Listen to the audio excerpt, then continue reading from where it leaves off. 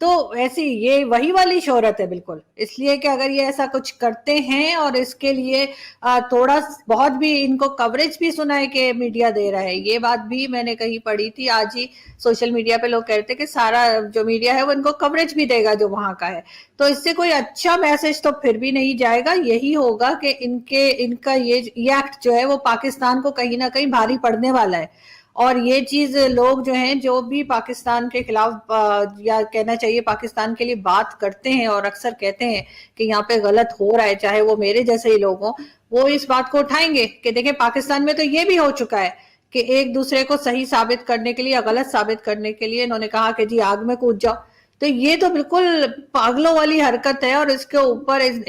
جنہوں نے اناؤنس کیا ہے، جن لوگوں نے اناؤنس کیا اور جن لوگوں نے ایکسپٹ کیا ہے، ان دونوں کو پکڑ کے جیل میں بند کرنا چاہیے، 2-4 ان کو کوڑے مارنے چاہیے، جوتے مارنے چاہیے، تب جا کے یہ ٹھیک ہوں گے، بجائے اس کے کہ گورنمنٹ کہے کہ نہیں جی یہ تو بڑا کوئی ریلیجیس معاملہ ہے اور ہم اس میں بول نہیں سکتے۔ آپ اس طرح یہی کچھ کرتے کرتے آج ہم اس جگہ پہ پہنچے ہیں جہاں پہ ہم آج کھڑے ہیں، جہاں ہماری کوئی عزت نہیں ہے، ہمارے پاسپورٹ کی کوئی عزت نہیں ہے، ہمیں لوگ جنونی جہادی سمجھتے ہیں، لوگ سمجھتے ہیں بس کہیں جا کے پھٹ جائیں گے، تو وہ یہ چیز اسی طرح کے لوگوں نے تو کریٹ کی ہے، یہ جو مدرسے اور اس کے بعد اس طرح کے لوگ جو نکل کے یہ باتیں کرتے ہیں، اور کس طرح سے پورا لیٹر ہے، آئی وش کہ آپ اس لیٹر کو دکھا بھی دیتے اپنے اس وقت اسکرین پہ، لیکن کیا کیا ان لوگوں نے اب یہ حرکتیں شروع کی ہوئی، اور یہ آگے رکنے والے نہیں ہیں، یہ چیز بڑھتی جائے گی کیونکہ روکنے والا کوئی ہے نہیں،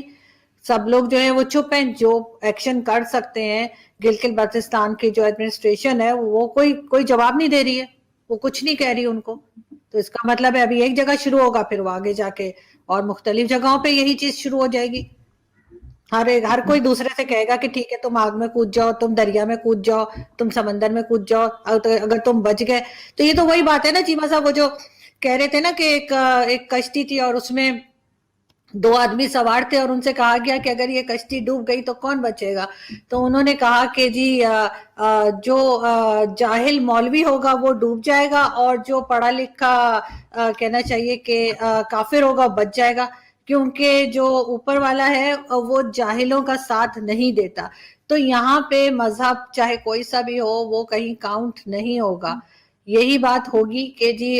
جس کو تیرنا آتا ہوگا وہ بچ جائے گا اور جس کو نہیں آئے گا وہ ڈوب جائے گا، لیکن یہ جہالت دکھانی کہ جی آپ آگ میں کود جائیں یا آپ سمندر میں کود جائیں، اس سے تو کوئی نہیں بچنے والا، اس سے کوئی تعلق نہیں ہے کہ اس کا کتنا ایمان مضبوط ہے کتنا نہیں ہے، اگر ایسا ہی ہوتا نا، اگر صرف اللہ صرف مسلمانوں کو ہی دے رہا ہوتا نا تو آج انل امبانی مکیش امبانی کہیں نہیں ہوتے، آج بل گیٹس کہیں نہیں ہوتا،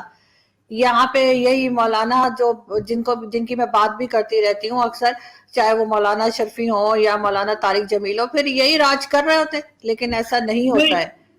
صحیح کہہ رہی ہیں آپ، تو ابھی دیکھیں آپ آرزو نہیں سمجھتی کہ یہ جو ہمارے علماء حضرات ہیں یہ معاشرے کا ایک اہم جو ہیں وہ سٹیک ہولڈر ہیں، اس کی وجہ یہ ہے کہ بہت سارے لوگ ان کو فالو کرتے ہیں، آپ کا اسکول آف تھاٹ کیا ہے، آپ کس فقہ سے تعلق ہے وہ ایک اور بات ہے، میں اکراس دا بورڈ بات کر رہا ہوں، سنی شیعہ دیوبند ہوں اہل حدیث ہوں، اور فورگیٹ مسلمان جو باقی مذاہب ہیں ان کے بھی جو لیڈران ہوتے ہیں ان کی ذمہ داری ہوتی ہے کہ معاشرے کو ایک اچھی ترتیب دیں، اچھے طریقے سے کرافٹ کریں، تو ہم لوگ یہ عوام جو ہے، اگر عوام کے ریفرنس سے بات کی جائے، عوام کے اندر بھی تو ذمہ داری ہے، جس طرح ہم بات کر رہے ہیں اور ہم ان کو مجبور کریں کہ یہ اپنے اندر اس طرح کا اعتدال اور رواداری اور ایک ڈائلاگ کی فضا پیدا کریں، نہ کہ مذہبی جو رجحانات ہیں ان کو مزید سخت کریں۔ عوام کی کیا ذمہ داری ہے، عوام کیوں نہیں اس طرح کے رویوں کو ڈسکریج کرتی، اس طرح کے لوگوں کو ڈسکریج کرتی، عوام کا بھی تو کام بنتا ہے کہ وہ بھی اٹھیں اور ان لوگوں کو کہیں کہ بھائی آپ کیوں عوام کے اندر جو انتہا پسندانہ رویے ہیں ان کو فروغ دے رہے ہیں۔ اس لیے کہ پبلک بھی اسی طرح کی ہے نا سر، پبلک انہی کی طرح کی، ابھی آپ نے نہیں دیکھا خادم حسین رضوی کی جب ڈیتھ ہوئی تھی اس کے بعد جس طرح سے لوگ نکلے اس کے جنازے کے لیے، جتنی تعداد میں نکلے، کیا آپ کو لگتا ہے کہ ڈاکٹر عبدالسلام کے لیے اتنے لوگ نکلے؟ کوئی بھی نہیں نکلا، بلکہ ان کا تو کتبہ بھی توڑ دیا تھا ہم نے کہ جی یہ تو احمدی ہیں کر کے یا کافر ہیں کر کے، تو ظاہر ہے یہاں پہ جس طرح کے لوگ ہیں، جس طرح کی جہالت ہے، زیادہ لوگ اسی مائنڈ سیٹ کے ہیں، تو وہ کیسے یہ پاسبل ہوگا کہ وہ ان کے خلاف بات کریں یا وہ ان کو سمجھانے کی کوشش کریں. میں تو یہی کہتی ہوں ہمیشہ سے کہ جتنے یہ سو کالڈ مذہبی اسکالرز ہیں یا